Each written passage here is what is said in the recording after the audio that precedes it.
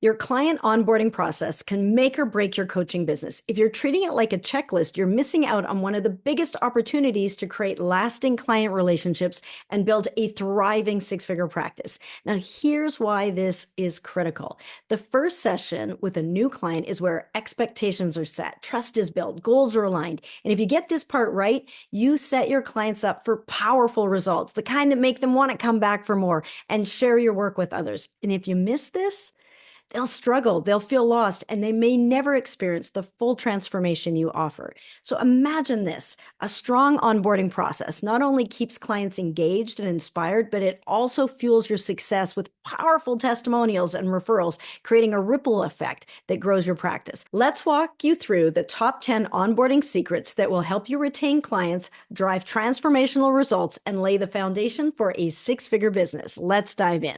So this question was inspired by a client of mine, and she got her very first client and she was really excited. But then she's like, now what? Do we have a best practices for onboarding? And that's where I came up with these top 10 tips to really set her and her client up for the best results. So at that very initial orientation session, you're going to do some housekeeping details. We're going to set this up right. So first is to set up, let's say you have a 12-week coaching program and you have weekly sessions over the course of 12 weeks.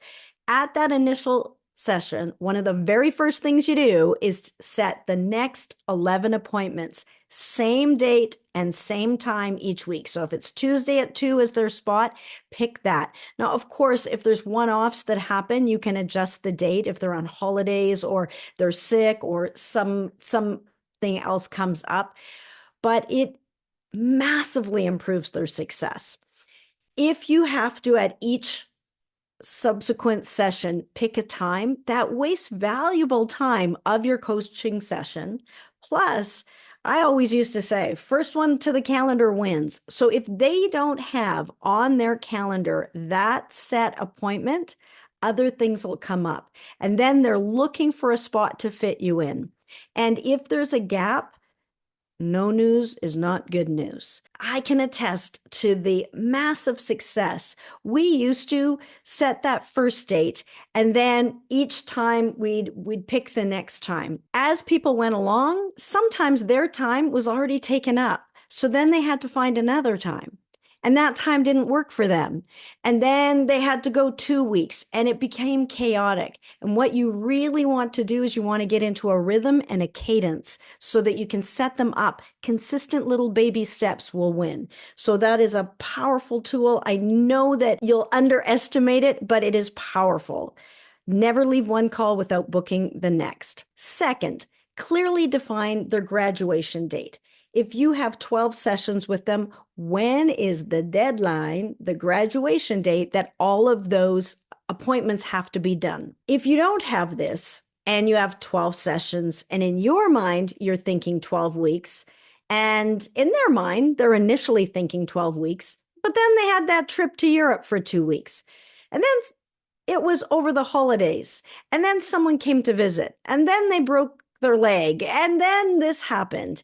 And then the next thing you know, it's 6 months later and they haven't really had any consistency. They haven't gotten the results, but they paid you. So you feel like you have to do these one-off sessions. So if you went to the gym once a decade, you're not going to see results. It's the consistency and the compression in time that really allows for those results. So to avoid this and to avoid misunderstandings, and then having you say, 6 months later, hey, are we done? Or having them fade off into the sunset or having the relationship not be quite right because, they thought you were going to coach them, but then things happened and they didn't show up or you didn't show up and you committed those 12 weeks, but you didn't know you'd still be dealing with them many months later. And so it gets really sideways quickly and everybody loses in that scenario. So the second hot tip is to clearly define a graduation date. And what I like to do is if it's 12 weeks, then set that date for 2 weeks later. So if they were to have a perfect attendance, put it for 2 weeks later. So for example, 14 weeks for a 12-week program. So That way, you've got a little bit of give in your system. So you've got a couple of weeks. If something comes up that you know they have to have all of their sessions done by graduation, by the deadline, and you can let them know that clearly on that very important, critical first session when you say, all of our calls are going to be done and all of our sessions will be done by this, and we will celebrate that graduation. The third thing you're going to want to do is on that initial call is outline your process. Initially, make it easy for them. Their job is just to show up each week at that time, and you've got them from there. And then at the end of the session, you can let them know what to focus on for next week. So, for example, this week, we might just say, drink water, focus on drinking water. So if you have modules, you can instruct them to review whatever next module before the next session. But at that, you can outline your process. Do the modules, do the homework before our next time. But the bare minimum is just have them show up. Try to avoid having them jump through a number of hoops just to get that time with you, because the time that you spend with them is valuable. Even if all that you did was just breathe together and just hear them out and be able to be that sounding board for them and gently guide them in that positive direction. The fourth thing is, if you have a coaching agreement, a contract, have them sign it. Maybe it was already signed, maybe you already emailed it at enrollment, but if not, you can email it then. Just make sure some of those details have been taken care of. Sometimes you might have an agreement where you can just share your screen over Zoom and they can acknowledge it and you can have a recording. But take care of that agreement right up front. Make sure that they know what the expectation is, when the graduation date is, when the end date is, and what they're responsible for and what you're responsible for, just to keep it nice and clear. Now, the fifth tip that I recommend is at the beginning, do an initial scale of 1 to 10 assessment. So I like to do an assessment of 10 things on a scale of 1 to 10. Even if all that you do is help with weight loss or skin issues or something like that, I highly recommend 10 things on a scale of 1 to 10. This can be sleep, energy, mood, skin, bloating, pain, any of these things that apply to the niche that you have, put those in there. 10 things on a scale of 1 to 10. The goal is, over the course of your program, to move the needle to improve at least 10 points while you're working with them, so that we have an objective measure. This will be important. I'll let you know why in a minute. So, for example, you might have 10 things that improved 1 point, or you might have 2 things that improved 5, or 1 thing that improved 10. So, but the cumulative, you want to see some objective measure that it improved, because I promise you, I guarantee that towards the end of that program, they will miss and not appreciate all of the changes that have improved.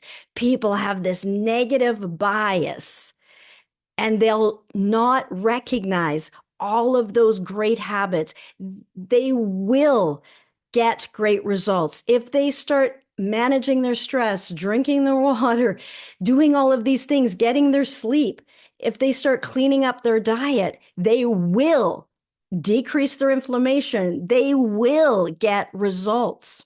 But they might be fixated on something that you didn't even know they were fixating at as a measure. So, for example, I remember one of my clients, she didn't even have weight loss as her niche, but the person judged the program by the fact that she never lost weight. I'm like, well, I didn't even know we were trying to lose weight. And so you want to make it clear, but also, even if it is for something like weight loss, weight is just one measure. There are before and after photos of me flying around somewhere, and people used to say, how much weight do you think this woman has lost? And people would say 20 pounds, 30 pounds. It was 1 pound. So I released toxic fat. I got rid of 9% body fat. and I gained muscle, and the net effect was a weight loss of 1 pound. But the before and after pictures looked like it was at least 20 or 30 pounds. So they can be improving. And if that's all that they're measuring, they're going to miss the fact that they've been doing something nice and it actually has been working. And I know when I was only losing that 1 pound, and I know better, I was second guessing myself. And it was only because I happened to have photos being taken for a family event and another gathering. And I said, what the heck? I'm going to schedule it and take photos afterwards. I wasn't even going to take the photos otherwise because I'd only lost 1 pound. So it's so easy for people to fool themselves as to how much has happened. People will forget that they had no energy. People forget how painful they were in. If they're in horrible pain and instantly the pain is gone, they remember that. But if people have pain and it gradually goes away, if you're watching this right now and you're not in pain, you probably, until I mentioned it, weren't really aware that you weren't in pain. It's just normal. And so what they're going to feel by the end of your program is normal. So they're just going to have great energy because that's normal. And it happens gradually. So you want them to do an assessment and they will be surprised, amazed, and also it will prove that all of those great things that they're doing, those lifestyle habits are making a difference. So important.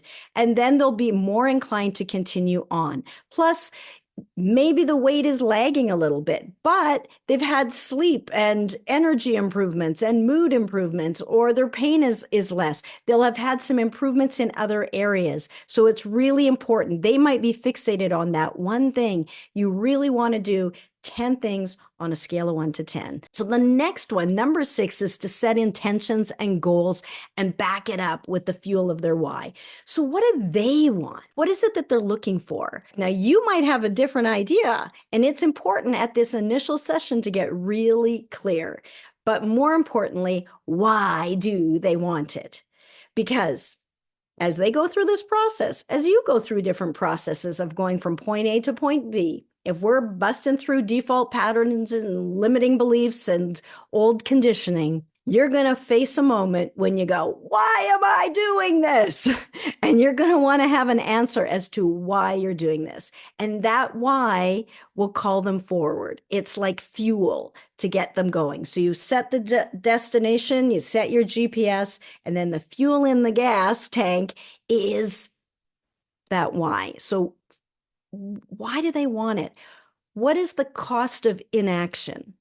What if they don't do this? What's the problem with that? And really get clear. And this is the portion where you're really going to get into the coaching aspect. This is the time you bring out, tell me more about that, and really explore and dive deep. And it will really set them up for success. Number 7, this sounds silly, but set a bedtime for them. Now, that sounds crazy. Why would that matter? I'll tell you that most people don't have a bedtime. When they're little kids, they have a bedtime. But as they become adults, they're on their phones, they're on their computers, they're stressed at work, and it really messes with your circadian rhythm. So just setting a bedtime is hugely helpful. There is the saying, early to bed, early to rise makes you healthy, wealthy, and wise. And there is a tremendous amount of truth to that. So a lot of times we just say, get up early. But the thing is, if we don't get to bed early, we're probably not waking up early, or we're really sleep deprived. So just having them set a bedtime is helpful. It helps improve their sleep. Start to get a nighttime ritual where they start to wind things down. If there's not enough time for all the things that you need to do in a day, boy, do I know that one, then we got to look at that. Where are we going to put it? What are we going to say no to? What are we saying yes to? And just be intentional with that. And that's where the coach comes in. You can really help them with that. But set a time, and maybe it's not a big jump all at once. Maybe we have to just inch it back, but helping them get sleep, that improves their weight because sleep deprivation is strongly associated with obesity and diabetes. That's huge. Menopause, it messes with your hormones. So getting them to sleep earlier is one thing, but also as they sleep earlier, then walk it back and establish an eating window. Now, some of you are into intermittent fasting and you can do that, but sometimes people are not ready for that, or it depends on your niche. But at the bare minimum, work to bring their food intake to within a 12-hour window. At least start there. So 7 to 7, 8 to 8, something like that. Start there. Once upon a time, that wasn't called fasting. That was just called normal. But now we have 24/7 drive-throughs. Our pantry and our kitchen is open all the time. And when we're at our screens, we're eating. And so that is one of those things where we can really rev up. If you're still awake at midnight, you get into pitta. If anybody's familiar with Ayurveda, it's the pitta time from 10 p.m., well, 10 a.m. to 2 p.m., but 10 p.m. to 2 a.m. is pitta. And so that's the time when you're digesting. Now, you want to be digesting those things through the day that you've just had while you're dreaming. But if you're still awake, ever get the midnight munchies? That's what happens. Ever get your second wind? You were maybe sleepy around 8 p.m., but now you're raring to go again. So it gets harder to sleep. So sounds silly, but it really is something simple to do. Set a bedtime and see if they can stick with it. And number 8, set up an easy action step for them for a quick win. Don't overwhelm them with a whole bunch of forms to fill out and a whole bunch of things. One of the biggest rookie mistakes, you might have been a health coach that overcame tremendous challenges, health challenges. And over the years, you've learned so much.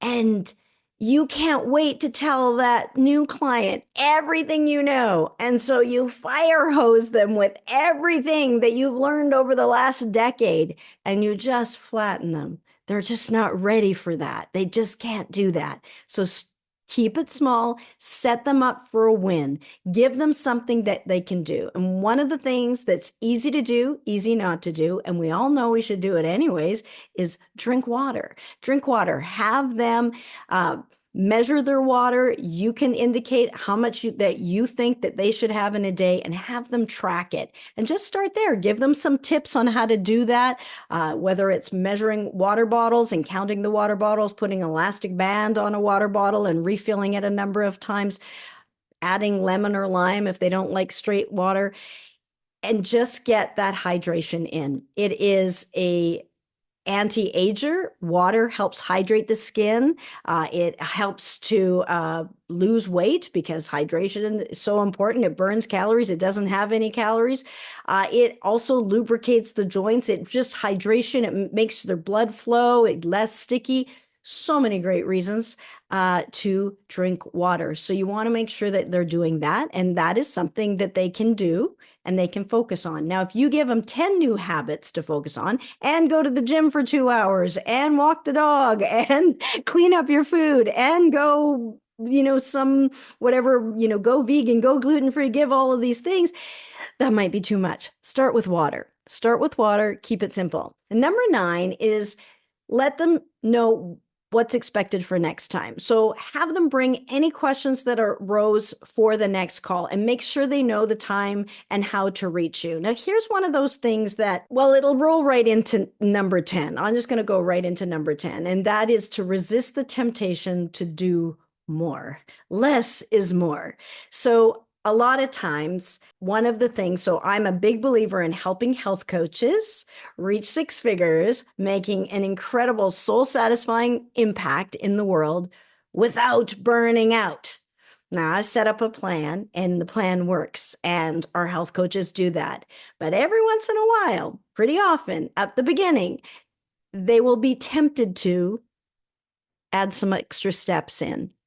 And when you just have 1 or 2 clients, it doesn't seem like that big of a deal. And that's the first one and it's okay.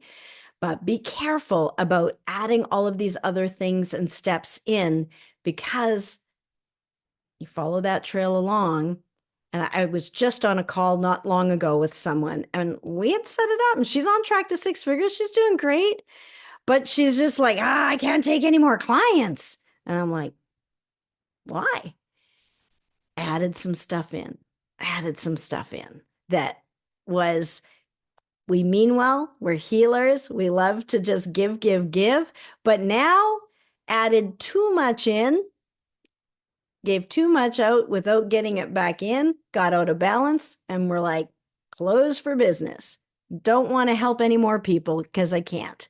So instead of that, I recommend just keeping it simple. So what are some of the things that people might be tempted to do? I definitely tell all of our clients to not have your clients, find some way to communicate with your clients other than the way that you communicate with family and friends. So, have them text, don't have them text or email or Facebook message, because pretty easy to text, email, Facebook message 24/7, anytime. And they just paid you and you want to help them. And so what do? So there are some apps that kind of can be a good mix. One is called Voxer, Voxer. And so you could, if you really want them to communicate with you before, in between sessions, you could say, set up a Voxer account. It's like they're texting or messaging, and you can send audio or video just like a text. And you can let them know, hey, if you have any questions for me beforehand, in between, just let me know. And then when I open up my office in the morning, you're your own boss, you got to set your hours. Then if you've sent me 10 messages overnight, I will get back to them first thing in the morning when I open up my office. So that also is helpful. It has them think for themselves, figure it out for themselves. We don't disempower them, but it also puts some boundaries on there. But also, when they are no longer your client, then they're no longer in that Voxer app, and it was something different. And so when they were your client, they were in there. And now that they're not your client, they are out. We have something called Basecamp. So when they're an active client, we communicate with them really well in Basecamp. But once they're no longer a client, they're out. And so those normal channels otherwise, and we've had clients who've done this, if they just texted them, they let them just text me if you have a question. And at the beginning, it feels good to be needed. And that gets old really fast. It really gets old really fast. And then what happens is you just get anxiety. You're on high alert. And not only just for when you're coaching them, afterwards, 2 months later, hey, quick question. I know you said XYZ, but I've got this. This isn't working anymore. And the next thing you know, you're on call 24/7 for the rest of your life. Ugh. And it feels awful to say no to that person.